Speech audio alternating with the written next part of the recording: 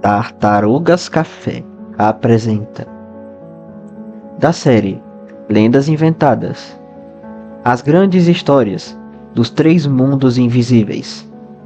E no episódio de hoje, você terá um grande reencontro com um personagem de uma temporada atrás.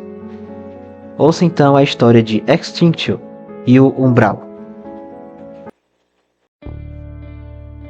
Após o triunfo retumbante de Caleb no mundo onírico, passados os eventos da Grande Guerra dos Sonhos, Elindros tomou a mais drástica decisão de sua história, a de influenciar o mundo físico. Concluiu que o Arauto de Deus não interferiria em sua decisão, já que também não o fez no plano dos sonhos. Quando desceu à Terra, descobriu que as cidades humanas possuíam consciências anímicas neutras, mas que poderiam ser influenciadas por uma força de natureza igualmente espiritual. Caso conseguisse torná-la má, seu povo sempre caminharia pelas sendas das trevas. Entretanto, Caleb foi arguto e descobriu exatamente o mesmo. Dessarte, ambos tiveram a ideia de possuir corpos humanos para alterar a história do mundo a seu bel prazer. Elindros, pessoalmente, estaria abrindo mão de seu orgulho para utilizar o ser humano, sua tão odiada criação de Deus. Colocando o plano em prática, eles conseguiram fazer o que bem entenderam. Mas a verdade permanece marcada na história, e Divino Oráculo, um dos membros do legendário Tribunal da Santa Justiça, podia ouvir os seus ecos.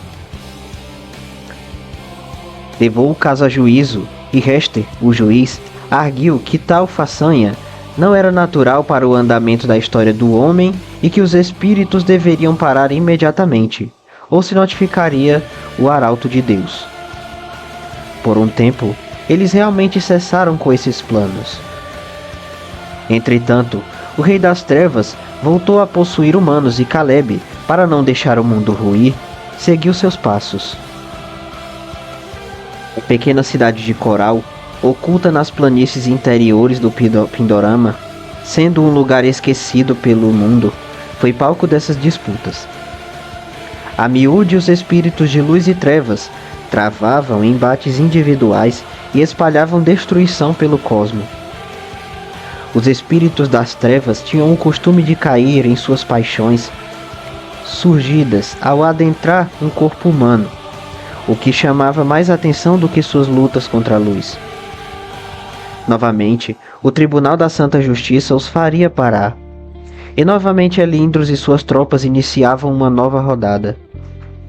Um dia, Sebastião, o oráculo vigente, acabou sendo proscrito da cidade que jurou amar e defender.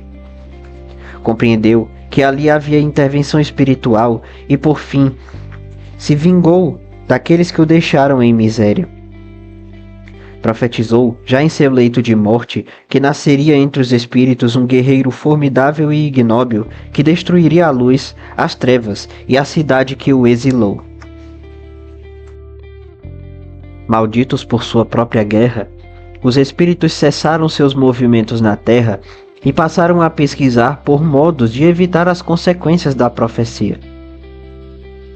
Elindros e seu exército tiveram a ideia de matar as mulheres humanas de quem abusavam, caso possuíssem homens, e abortar o embrião, caso possuíssem mulheres. Já Caleb apenas deixou de alistar a humanidade em suas tropas. Por um tempo, as estratégias pareciam surtir efeito e houve alguns confrontos individuais entre os guerreiros. Entretanto, o espírito do Oráculo da Ira, rancoroso por seu fim abjeto, levantou-se da lama para fazer-se cumprir a própria profecia. Enquanto Elindros abusava sexualmente de uma mulher humana, Sebastião viu nisso uma grande oportunidade. Ele sabia perfeitamente que, ainda que fossem de matéria espiritual, um guardião primordial poderia deixar descendentes híbridos com um útero de uma matéria física. Dessarte, notando essa falha proposital do Criador para punir o homem, o oráculo da ira fez com que o embrião se desenvolvesse miraculosamente no defunto da mulher, criando o temível Extinction. Anos mais tarde, ele mesmo lembraria ao demônio qual seria a sua missão. O Aniquilador descobriu uma forma de abrir uma vereda entre o mundo físico e o umbral.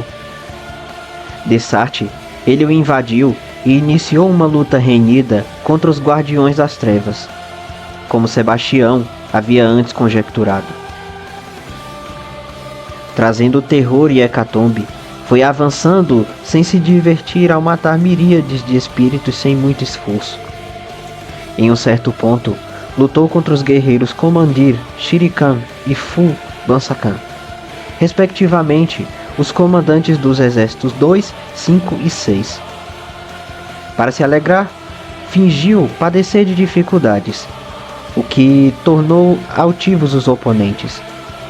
A queda dessa altivez foi particularmente explorada por Extinction, quando ele os derrotou, ainda sem levar o confronto a sério.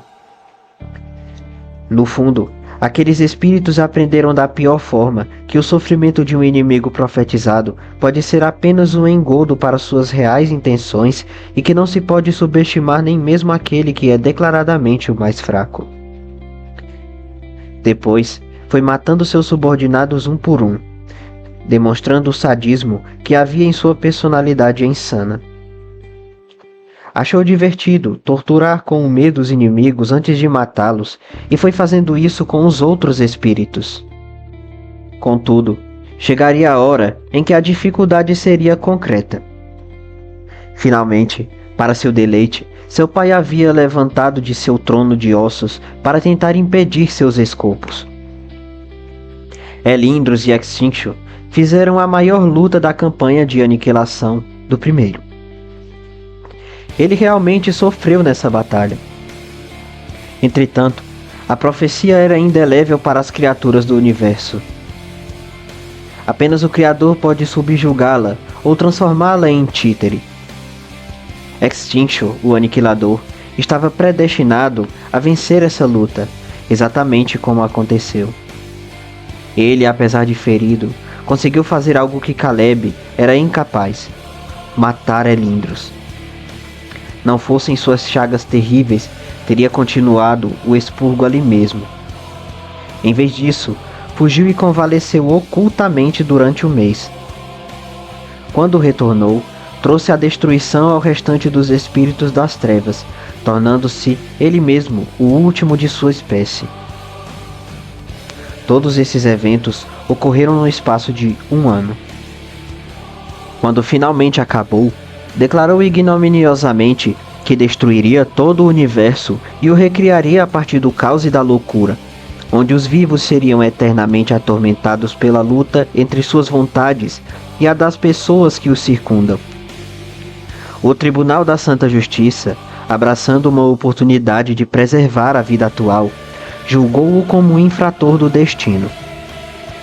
Hester o condenou à morte, e Veren Prigovoru diminuiu seus poderes para que tal pudesse ser realizado. Nos céus de Coral, a luz da guerreira Isabel e sua nobilitante e obscura Espada do Além derrotaram para sempre o Aniquilador, a preço de muita dor e suor. Após a extinção dos espíritos das trevas, o Umbral já não possuía mais um rei. Assim sendo, o homem ímprobo e assassino ficaria a sós com sua própria chama de desejo. Ironicamente, Extinction deixou como legado no Umbral aquilo que nem mesmo cogitava fazer com ele, mas com todo um novo cosmo. O organismo onde só reinam caos, insânia e desespero, em um mundo que esmaga aqueles que querem viver com os corações iluminados. Mesmo o topo da cadeia alimentar não seria uma coisa reconfortante, pois a chuva e a escassez de comida que causaria o canibalismo seriam os instrumentos de derrubada perfeitos. Parece até que estou narrando a miséria da alma humana nos dias atuais, mas é apenas o Umbral.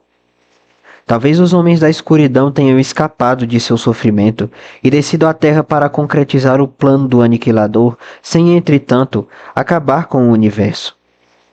Eles podem estar entre nós, governando, obedecendo ou criando as regras do jogo da discórdia.